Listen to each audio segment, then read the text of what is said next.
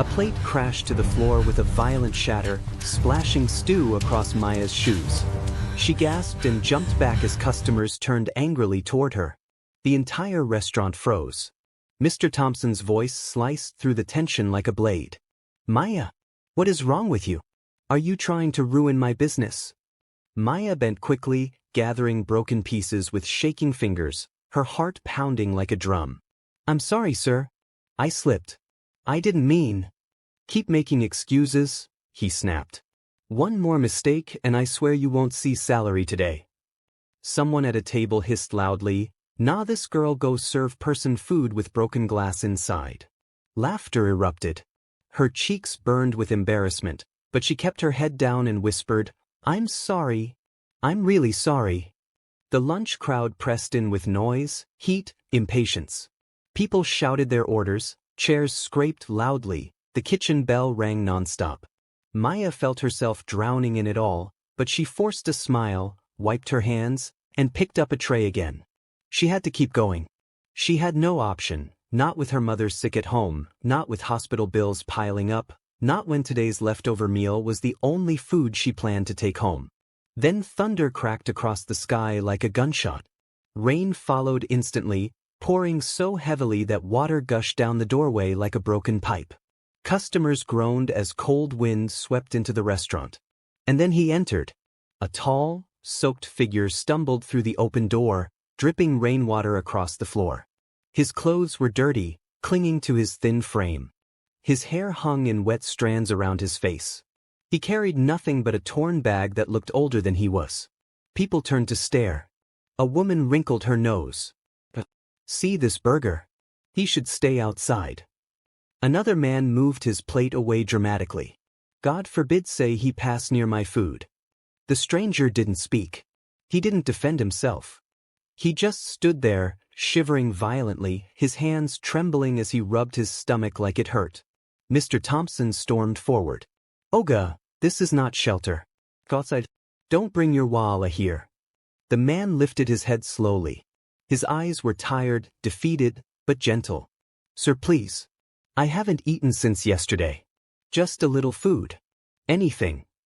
A wave of mocking laughter spread across the restaurant. "Go beg outside. See how he looks. Like somebody that sleep under bridge. Omo, he fit carry disease oh." Maya watched him closely, frozen mid-step. Something about him, something behind his eyes, pulled at her. He didn't beg like someone used to begging. He spoke with quiet dignity, like hunger pained him more mentally than physically. Mr. Thompson grabbed the man by the arm. "I said leave. Don't make me force you out." The man winced but didn't fight. Rain poured harder behind him, the wind splashing cold water inside. His lips trembled as he whispered, "I just need one plate, even if it's small." And then, before she thought about consequences, before she remembered her own hunger, Maya blurted out, "Wait." The entire restaurant went silent. Mr. Thompson turned sharply. "Maya, don't interfere." She walked forward, voice trembling. "Please, sir, let him stay for a moment. He's hungry." Mr. Thompson scoffed. "And so? Hunger no day finish for this world. You want to feed all of them?" He pointed at the man.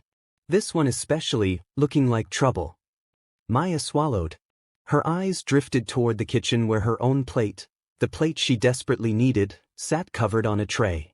It was the only meal she would have today. But the man's shaking fingers, his sunken cheeks, the way he tried not to beg too loudly. Her heart ached. "I'll give him mine," she said quietly. Mr. Thompson blinked. "What?" "I'll give him my food," she repeated, louder this time. Murmurs erupted. Is she mad? This girl fit die of hunger herself. She's too kind. Too kind for this world. "You're serious?" Mr. Thompson asked, almost amused. "Yes," Maya whispered. The homeless man shook his head quickly. "No, miss. You shouldn't." "It's okay," she said softly. "Sit down. Please." She guided him to a corner table while the whole restaurant watched as if she were performing a forbidden ritual. When she brought the plate of warm jollof rice and chicken, the man stared at it like he was staring at a miracle. "You shouldn't give me your food," he whispered. It's fine, Maya replied, though her stomach twisted painfully. Just eat. His hands trembled as he lifted the spoon. The first bite made his eyes water. He paused, lowering the spoon as tears slipped down his cheeks. Maya leaned forward. Are you okay? His voice cracked.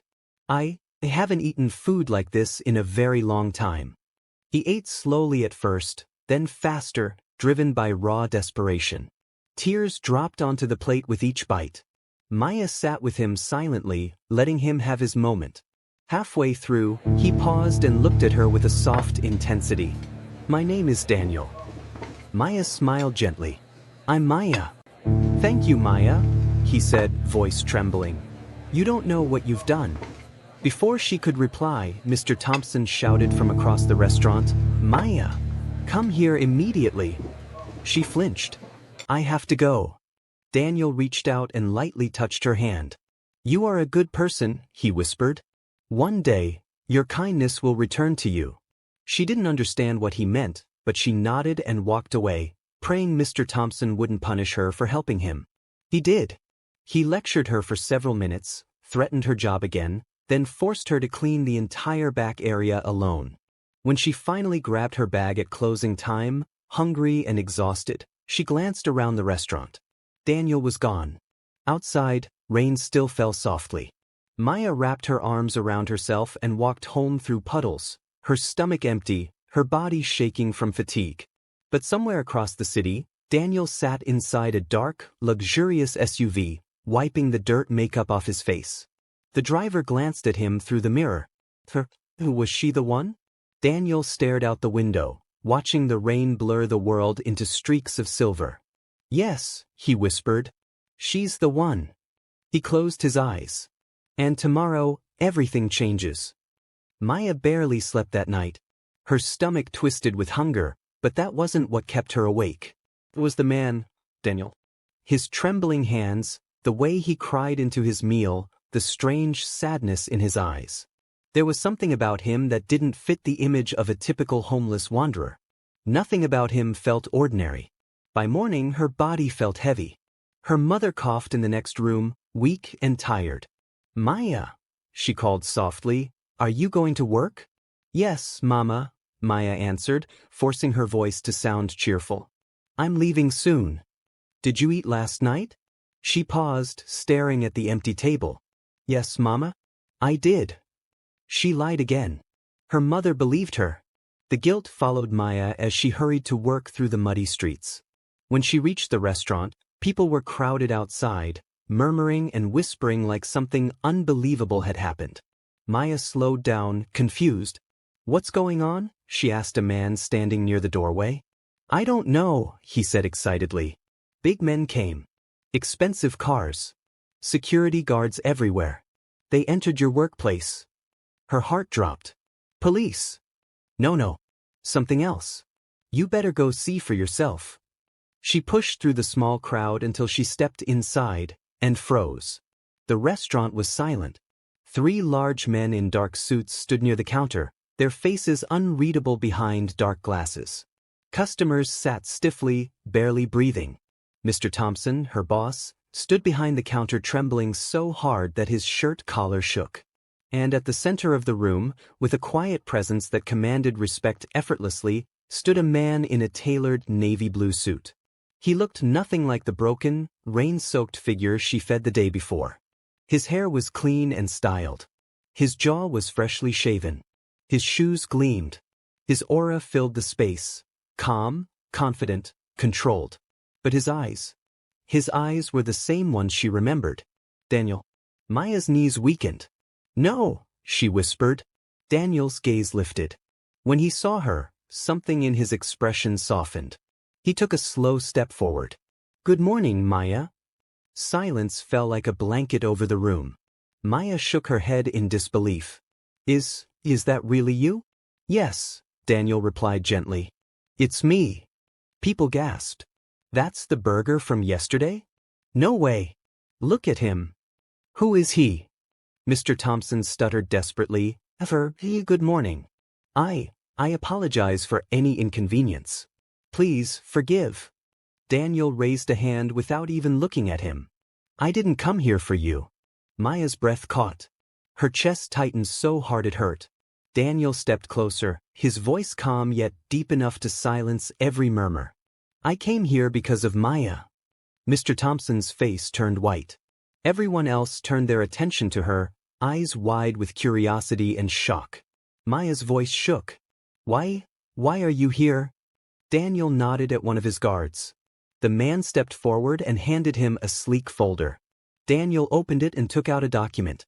Yesterday, you gave me your meal. Your only meal. His voice softened. Do you know how long it has been since someone showed me kindness without expecting anything in return? Maya swallowed hard. I just didn't want you to go hungry.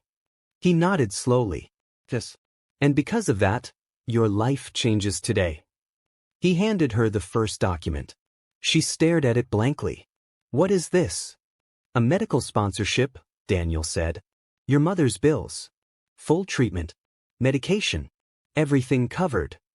Maya's hand flew to her mouth as tears filled her eyes. Daniel? I can't accept this. You can, he said gently. You must. Another document appeared. He placed it in her trembling hands. This is for your education. A full scholarship. You will finish school without worrying about fees again. More gasps filled the room. Maya shook her head, overwhelmed. Why are you doing this? Why me? He looked into her eyes with deep sincerity. Because you gave everything you had to someone you thought was nothing. She felt her chest tighten painfully. But I didn't do it to receive anything. That's what makes you worthy of everything, Daniel replied. Mr. Thompson stumbled forward. Sir, about yesterday, please understand. Daniel turned to him slowly. You pushed me, insulted me, tried to drag me into the rain. His voice grew colder. You judged me without knowing who I was. I was wrong, Thompson whispered. Please forgive. Daniel glanced at Maya. Should I fire him? She gasped. No, please, don't fire him. He has family too.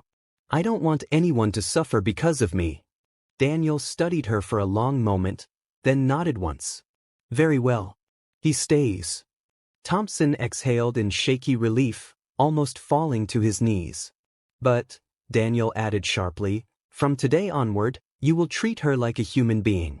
And you will double her pay. Yes, sir. Anything. Customers clapped quietly. Daniel turned back to Maya. I'm not finished. Her eyes widened. Not finished. Come with me, he said. Come with you? Where? To see your new home. The entire restaurant exploded in shock. Home? He bought her a house? Omo, this is movie. Is she dreaming? Maya felt dizzy. Daniel, no. I can't accept a house. I can't. You can, he said softly. And you will. Because yesterday, you opened your heart without fear. Today, I'm opening doors you never knew existed. She covered her face with both hands, crying silently.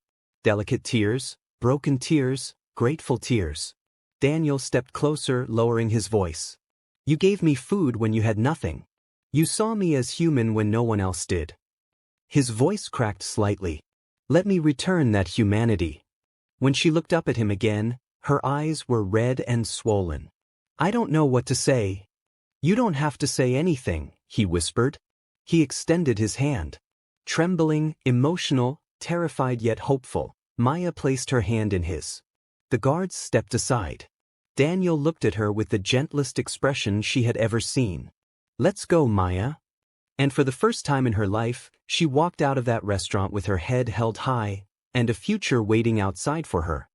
Outside the restaurant, the sight waiting for Maya made her legs nearly collapse beneath her. 3 black SUVs lined the street. Their surfaces were polished like mirrors, reflecting the morning sun. The crowd outside stared at her in awe, whispering, pointing, gasping like they were witnessing a miracle. Children ran forward to see better. Adults pushed phones into the air, recording everything. Maya? Na so your life done change? Hey, God of Maya, locate me.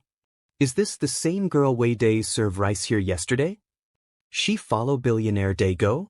Kai. Maya clung to Daniel's hand as the world spun around her. I'm scared, she whispered. Daniel leaned closer, his voice soft yet protective. I won't let anything hurt you. You have my word. Just those words made her heart tremble.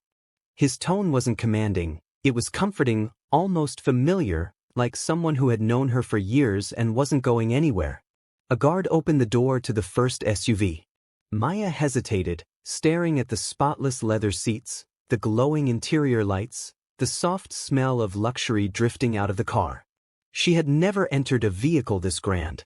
She felt unworthy, out of place, terrified she might stain it just by sitting down. Daniel noticed her fear.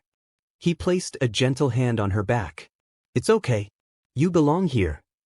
No, she whispered with a shaky breath. Not here. Not in a life like this.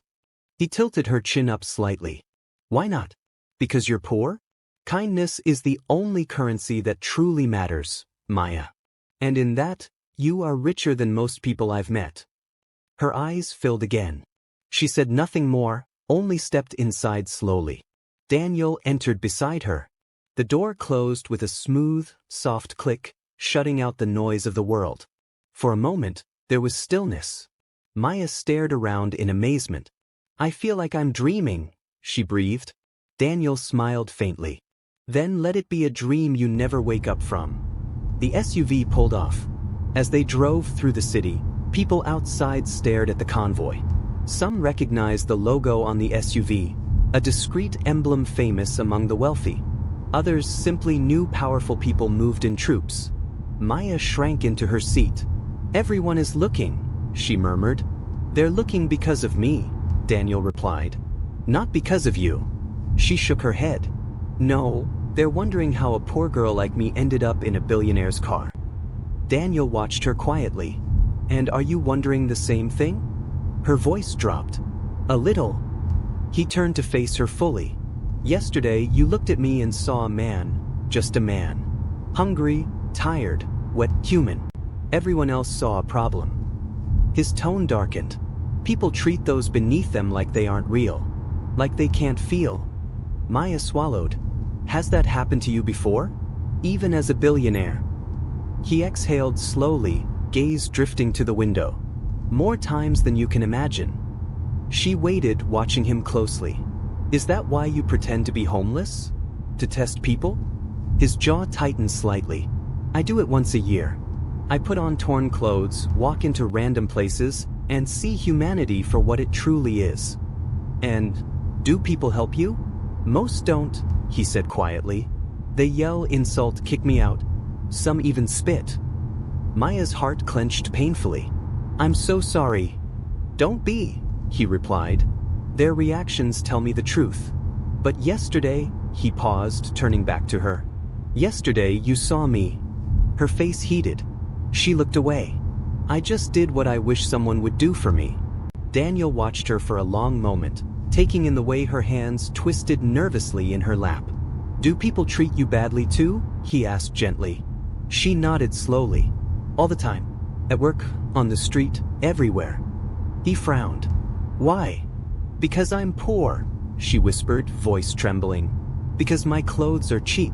Because I live in a broken house. Because that's how the world works.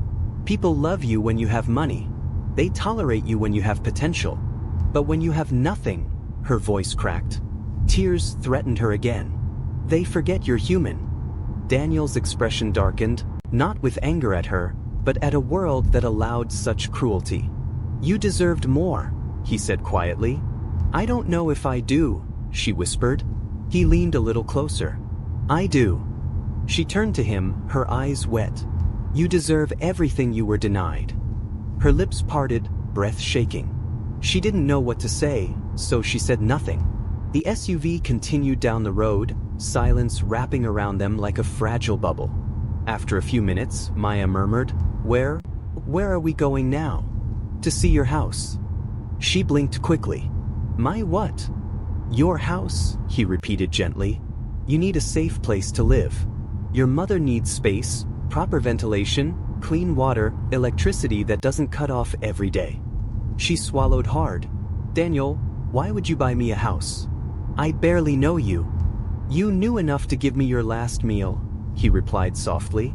The car slowed as they approached a gated estate guarded by private security. The gate opened automatically as soon as the guards recognized the convoy. Maya's eyes widened. This place, she whispered. It looks expensive. It is, Daniel said casually. She stared at him, horrified. Daniel. He chuckled. Calm down. I didn't buy you a mansion. Oh, thank God, she breathed. He paused, then added, just a small duplex. Daniel. He laughed again, genuinely this time. It softened his sharp features, made him look younger, less burdened. The SUV rolled to a stop in front of a cream-colored two-story home with dark brown trimming. Flowers lined the walkway. Everything was clean, gentle, beautiful, like it belonged in a dream instead of her reality. Maya's breath caught violently. Tears filled her eyes before she could stop them. This can't be for me. Daniel opened the door and stepped out. It is. She remained frozen. He extended a hand again. Come. I don't think my legs will work, she whispered. He smiled softly. Then I'll help you walk. She took his hand and stepped out onto the pavement. Her knees trembled so badly she felt like collapsing. Daniel wrapped a hand around her elbow to steady her. Maya's voice shook. You bought me a whole house? For one act of kindness. No, he said gently. For the heart behind the kindness. A guard walked up with a small velvet box. Daniel took it and handed it to Maya. She stared at it, terrified. What's this? Your key. She covered her face and cried. Not just tears of joy, tears of disbelief, fear, gratitude, hope, and something deeper she couldn't yet name. Daniel stood silently beside her until she could breathe again. Then quietly he said, Let me show you inside. Daniel walked beside her up the small paved walkway. Each step felt unreal, like she was floating instead of walking. The air smelled of fresh paint, flowers, and possibility. When they reached the entrance, Maya's fingers shook as she placed the key into the lock. It turned smoothly, and the door swung open with a gentle creak. She stepped inside and froze completely. The living room was warm and elegant. Soft beige sofas lined the walls, a simple rug in earth tones covered the floor, and light filtered through tall curtains that swayed slightly in the breeze from the air conditioner. Everything was calm, clean, and organized, the opposite of her cramped old home. A simple framed artwork hung on the far wall, a rising sun over a quiet ocean. Daniel stopped behind her. Do you like it? Her voice broke instantly. Daniel, it's beautiful. It's too beautiful. Nothing is too beautiful for you, he said softly. She pressed a trembling hand over her mouth. Her tears came again, warm and unstoppable. She tried to speak but only choked on air. Take your time, Daniel whispered. She walked slowly through the house in a daze. Her feet carried her to the kitchen. Marble countertops. A gas cooker. Cabinets that opened smoothly. The refrigerator hummed quietly. She opened it, food inside, fresh groceries neatly arranged. Her chest clenched. Even food? Of course, a house without food is just a building. She turned to him with swollen eyes. Why are you doing all of this? It doesn't make sense. He took a breath, shaking his head a little. I didn't intend to help anyone yesterday. I was tired of humanity, tired of greed, tired of people pretending to care. You changed something in me, Maya. Something I didn't expect. She wiped her eyes. I don't understand what I changed. You reminded me that there are still good people in the world, he said quietly. People who give even when they have nothing. People who make the world better just by being in it. She stood still, absorbing his words like a fragile child hearing praise for the first time. Daniel guided her toward a hallway. Let me show you the rooms. The first room had a bright bedsheet and a window that let sunlight pour in. Simple. Peaceful. This is yours, Daniel said. She touched the edge of the bed, astonished. It felt like clouds. It's perfect. The second room made her gasp. Mama's room, Daniel said with a soft smile. Maya's hand trembled as she reached for the wardrobe door. You even thought of her? Your mother is part of your heart. Helping you means helping her. She leaned against the wall, overwhelmed. Daniel? I still don't know how to thank you. You already did, he said quietly. You thanked me yesterday with one plate of food and a heart that didn't judge me. She couldn't respond. Her voice was trapped behind 1,000 emotions. He led her to the final door at the end of the hall. I added one more thing. Maya frowned, confused. Another room? No, he said with a hint of amusement. A surprise. He opened the door. Maya gasped so loudly she nearly stumbled backward. Inside was a small study, bright, clean, with a simple desk, chair, and bookshelf. But that wasn't what stole her breath. On the desk lay a neat stack of books. English, math, business, writing, literature. All new. Her eyes widened. That is, for me? For your education, Daniel said softly. You told me you wanted to finish school. This is where you'll study. This is where your new journey begins. She shook her head rapidly. Daniel, please. I'm begging you. Tell me I'm dreaming. Tell me something is not real. This is too much. I'm scared it will disappear. He stepped closer, voice gentle. It's real. It's yours. And it won't disappear. But why me? She whispered again. Of all the people in the world, why me? Daniel hesitated. A rare hesitation. Then he moved even closer, eyes softening with something deeper, something he hadn't shown before. Because when you looked at me, you didn't see a billionaire. Or a burden. Or a beggar. You saw a human being. And not many people do that. Even in my world. Her breath hitched. And because, he added quietly, almost reluctantly, I haven't been able to stop thinking about you. Her pulse hammered violently in her chest. Thinking about me? He nodded once. Yes. Her heart reacted before her mind could. Why? He exhaled, long and slow. I don't fully understand it yet. But I know that when you feed someone with your last meal, it means your heart is rare. Rare hearts pull others toward them. I'm only human, Maya. She turned away, overwhelmed, but he gently touched her arm. Hey, he whispered, don't run from this. I'm not asking for anything. I just want you to know what you mean to me. She stared at him with trembling lips. I'm afraid. I'm not like the women in your world. I'm not rich. I'm not polished. I'm nobody. Daniel's voice dropped into a deep, steady tone. Don't ever say that again. She froze. You are not nobody. You're Maya. The girl who gave me her last meal. The girl who didn't judge me. The girl whose heart is worth more than every diamond in this country. Her tears came again, fast and hot. Daniel stepped closer until he was only a breath away. Not touching. Just close enough for her to feel the warmth of him. You are someone I want in my life, he whispered. If you'll allow it. Maya lowered her eyes, voice cracking. I don't know how to fit into your world. Then I'll meet you in yours, he said quietly. Her eyes met his. There was something there, soft, patient, blooming slowly like a sunrise. She didn't answer, but she didn't pull away either. Daniel smiled just a little. Your mother needs to see the house. Should I pick her up later? Maya wiped her tears, nodding. Yes, please. She will faint. He laughed. Then I'll bring an extra guard to catch her. She laughed through tears. Daniel moved toward the door. I'll leave you to rest a bit. You must be overwhelmed. That's an understatement, she murmured.